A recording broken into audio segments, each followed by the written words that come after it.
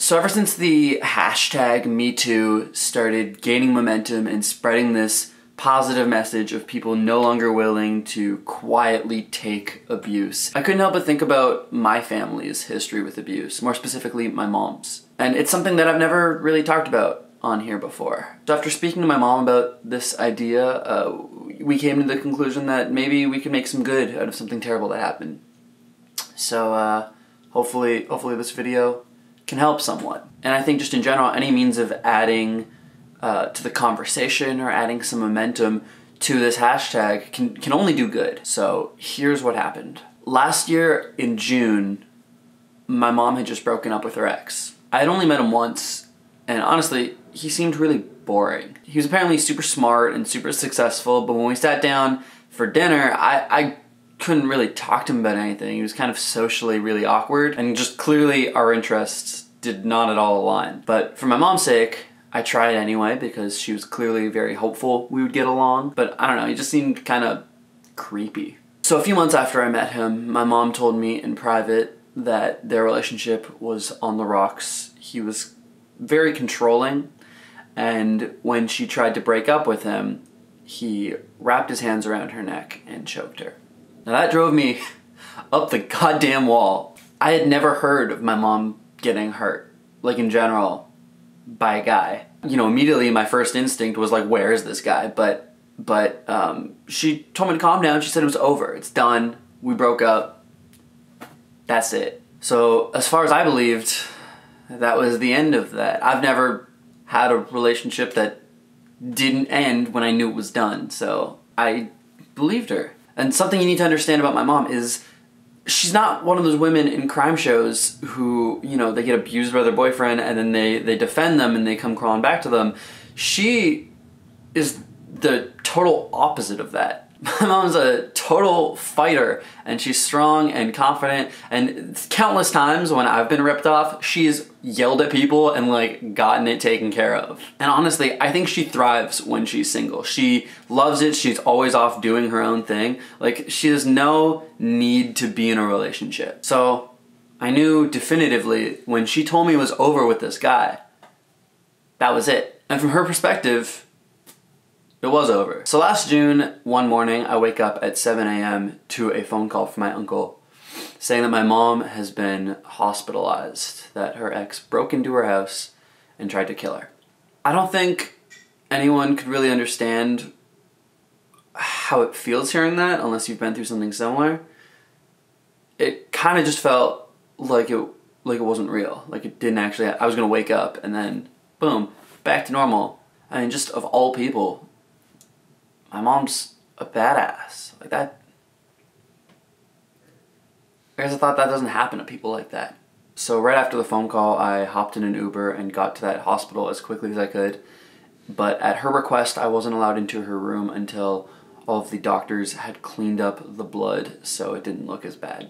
Of course, her first priority is trying to shield me from any of this. And so when I finally let in, I sit next to her, and from the side that I'm on, this is the part that like it's still like burned in my brain. From the side that I'm sitting on, she looks completely fine.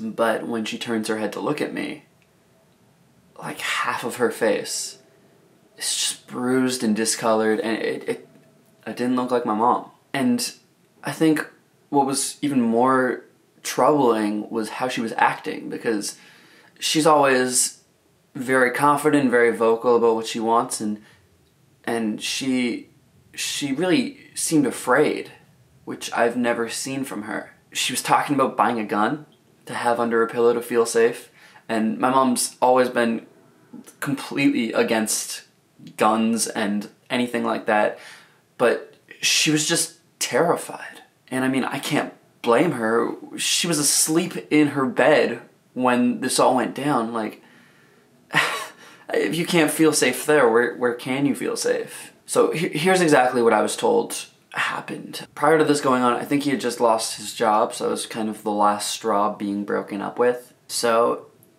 he shows up drunk at my mom's place with nothing but a hammer and smashes the glass on the door and then reaches in to unlock it and goes upstairs to where my mom's room is. and he tells her that he's gonna kill her and then kill himself. My mom tries to fight back, but she can't. I mean, this guy's bigger and stronger than she is. So all she can really do is scream, and thank God she does, because a neighbor hears and ends up calling 911, and that's how the police saved my mom's life, really. When the cops finally showed up, he was on top of my mom in the room that I grew up in.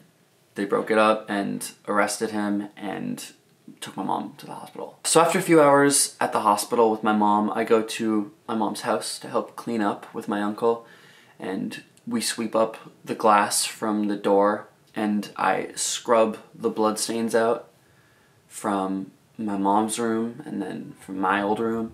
The whole thing just, it feels like a nightmare. Like that was the room I grew up in, and there's like a body-shaped blood stain. And then, you want to hear the most bullshit part? Believe it or not, the guy responsible for this, he got released from jail that same day on bail. And it's largely because he was a successful guy with no criminal history in the past, so he was just allowed to walk free the same day. What I don't think was taken into account is the fact that he had just lost his job, he had just, been broken up with. I don't think he had anything really to look forward to or anything to focus on except my mom. So my whole family, we were terrified. If you say you're gonna kill someone and then kill yourself, you're basically saying there's nothing left to lose. So like, why wouldn't you just try it again? So just to help my mom feel safe for a little while, she flew out and stayed with a relative for a little while. And even though my mom's ex was out on bail, I guess he was still under house arrest, and my mom had a restraining order, and within like 2 weeks he broke them.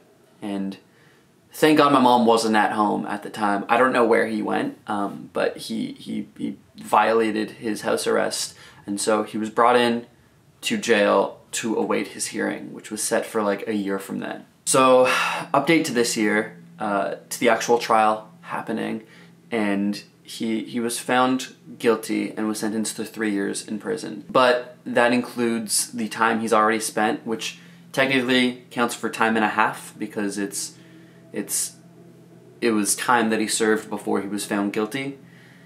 And after all of the time has been considered, he basically got out a few months ago, and my mom had to move out of the house that she's lived in for over a decade, and she loved that house, but to feel safe ever again, she can't live there. Obviously, this isn't the same thing as the Harvey Weinstein situation. It's not, sexual manipulation, but it's abuse from someone who has power, and they're using it on people who, in that situation, don't have any power. Like, before all this happened, he had a ton of money and a great job and no criminal record, but getting dumped was a situation in which he had no control, and I think he couldn't handle that, and he took it out on my mom. When you're in a relationship and you're the bigger and stronger person, it's an abuse of power to lash out at the person that you're with. I mean, what chance do they stand?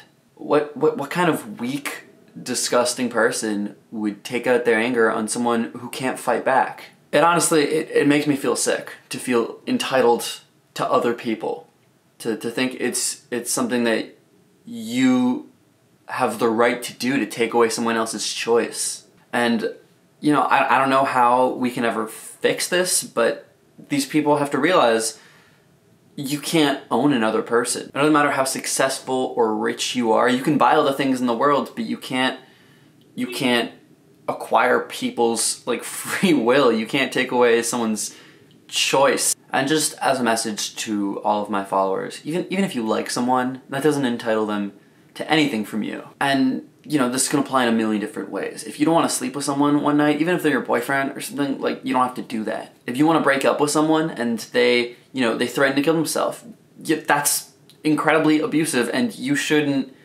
their life shouldn't be in your hands. It's their life. It's their choice to say that. If you want to have a social life and they're very controlling and don't want you to talk to your friends or something, that's messed up. All of these things are your rights, and don't ever give someone the power to take that away from you. Anyway, that's all that I wanted to share. Obviously, this week's video is not like what I usually do, so I'm not going to be doing, you know, the shouting out people's comments or people on Instagram. That's all going to go until next week, but I hope that maybe you learned something from this video, and yeah, thank you for listening. I'll see you next week.